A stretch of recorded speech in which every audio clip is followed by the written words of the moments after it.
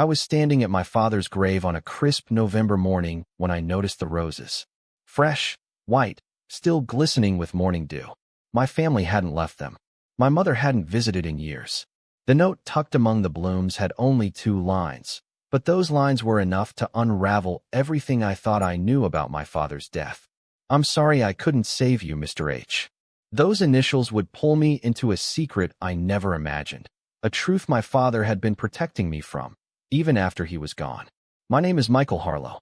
I'm 47 now, and for the past 18 years, I've been living under a lie about the man who raised me. My father, Richard Harlow, was 52 when the world was told he had taken his own life in his workshop one December night back in 2005. That's what the death certificate says. That's what the police report says. That's what Nathan Blackwood, his so-called business partner, and later, my stepfather, told everyone. Nathan Blackwood, who married my mother only 6 months after Dad's funeral, who claimed my father was weak, who took over Dad's furniture company, our family home, and left my mother adrift in grief. But those roses weren't from Nathan. They weren't from my mother, Eleanor, who at 68 still flinches at my father's name. They weren't from my sister, Sophie, who fled to Portland to escape the past, or my brother, Oliver, who severed all ties after Mom remarried. Someone else had been visiting my father's grave for years, quietly, secretly.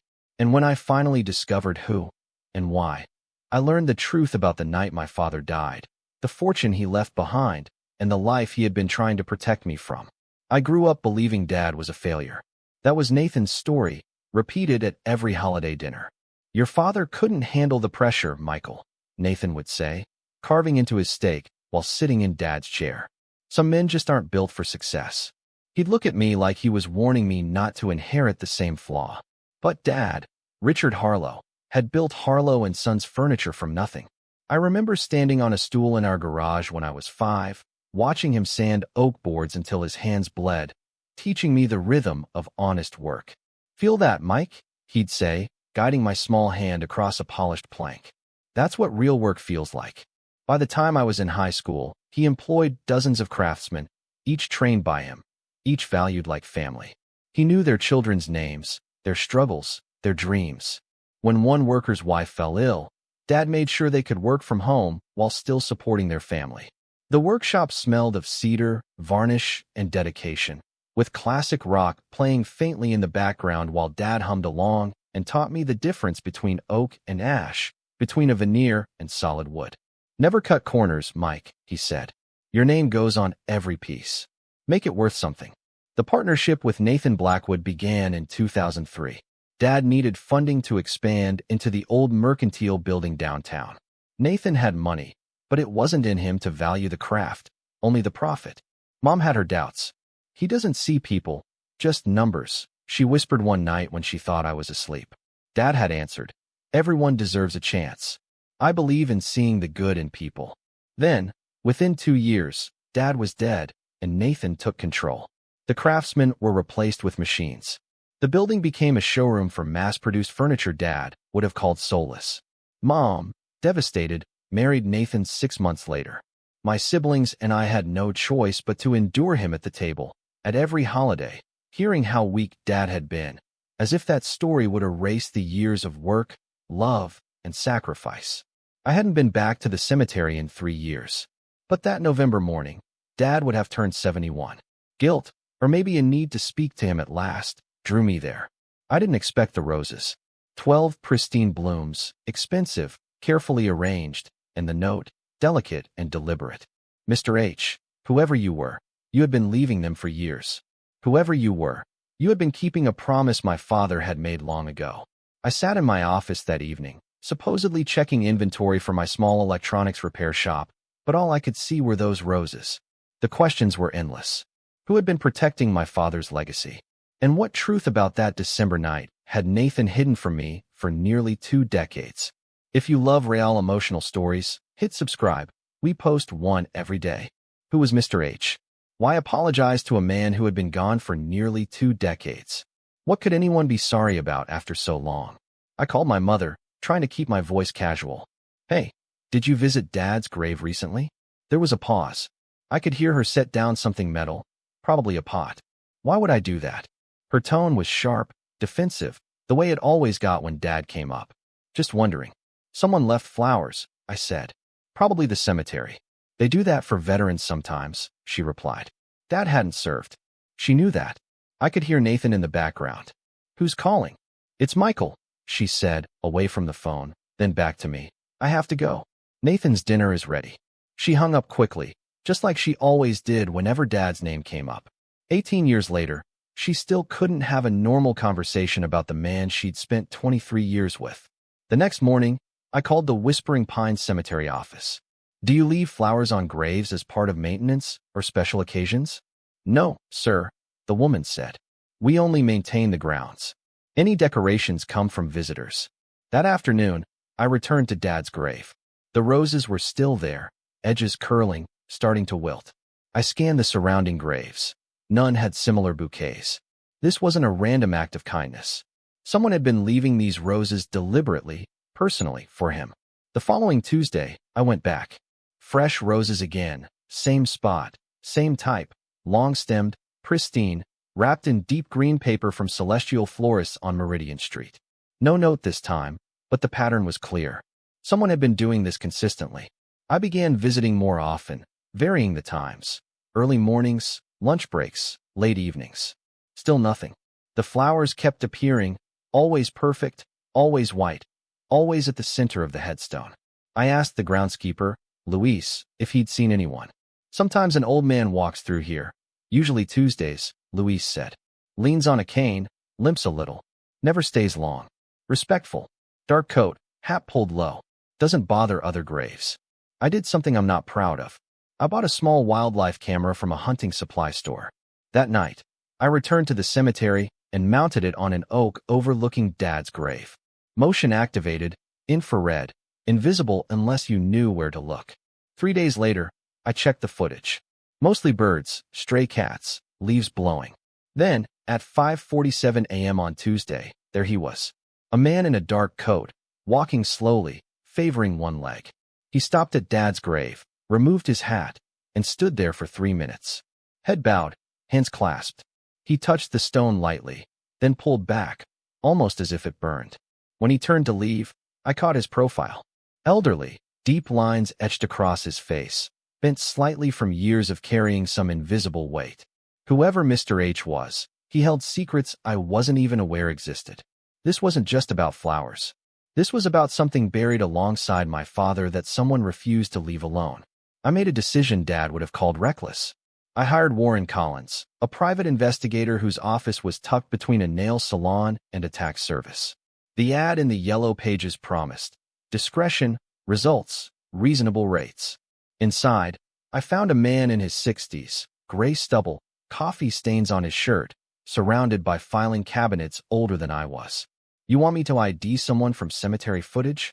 Warren asked, not a question, more a statement, as he examined the USB I'd brought. I can try. I was a detective for 30 years, he said. Found people who didn't want to be found. This guy doesn't seem to be hiding, just grieving. Easier in some ways. He grabbed a yellow legal pad, pinned chewed at the tip. Tell me about your father. For the next hour, I poured out everything. Dad's business, his so-called suicide, Nathan taking over, marrying Mom.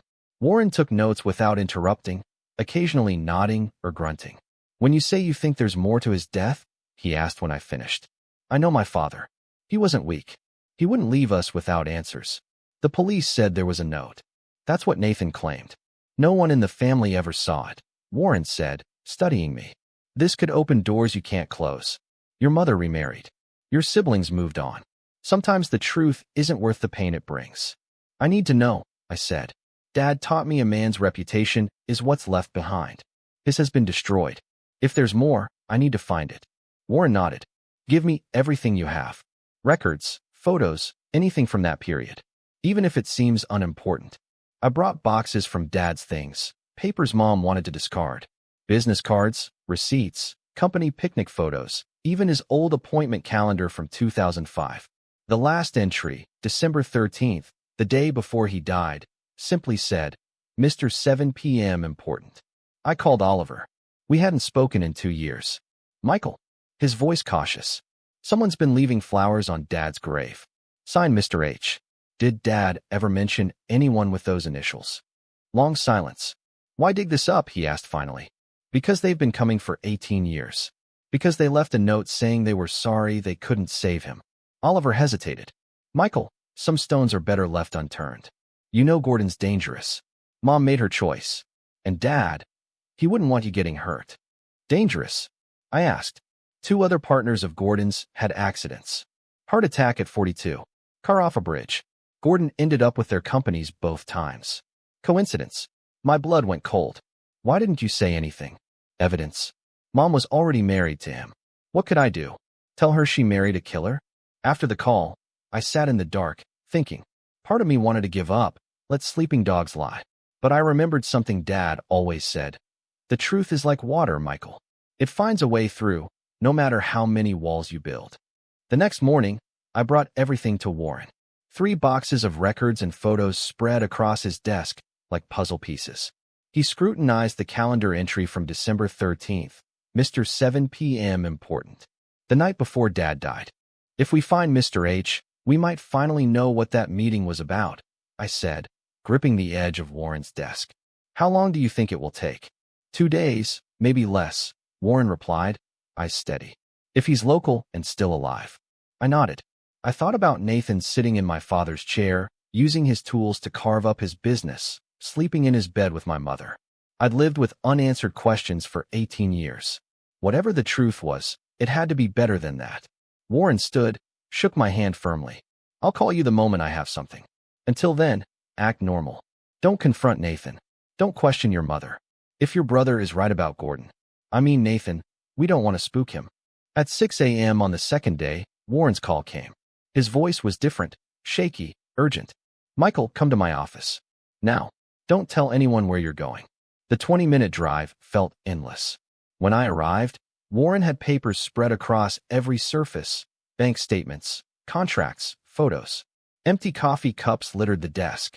His hands trembled slightly as he poured me a cup, but I couldn't drink. Mr. H is Leonard Foster, Warren said, pointing to a driver's license photo of an elderly African-American man, eyes gentle but weary. He was your father's first employee back in 1987, finishing specialist, worked there until November 2004, a year before your father died. Why did he leave? I asked. He didn't. Nathan fired him 2 weeks after taking control of the company. Your father fought it, but Nathan had majority control by then. Warren handed me an old recommendation letter Dad had written for Leonard. Finest craftsman, most honest man I've ever known, it said. Then Warren pulled out a bank statement. Here's where it gets interesting. Leonard has been depositing money into a trust account every month since December 2005. In your name, Michael. Balance now, $387,000. I had to sit. How could I have an account I never knew about? $1, $500 a month for 18 years. I whispered. Every extra penny from his Social Security and part-time job at the hardware store.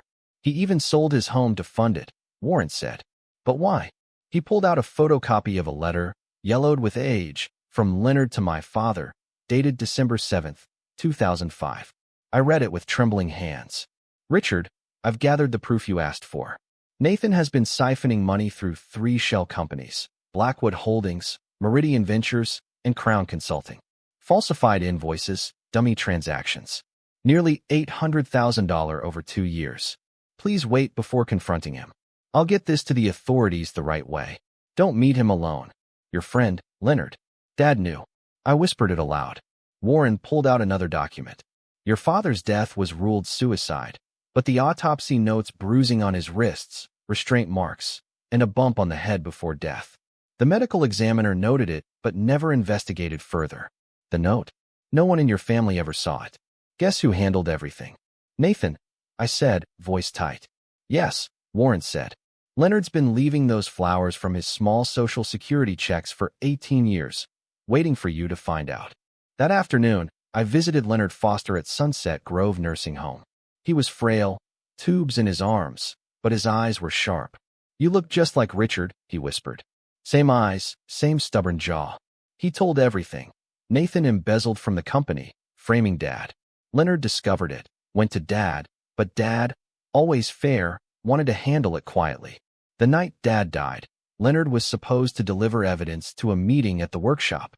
But Nathan visited Leonard first, showed him pictures of my niece and nephew, warned that any interference would cost them their lives. Leonard stayed home. Dad went alone.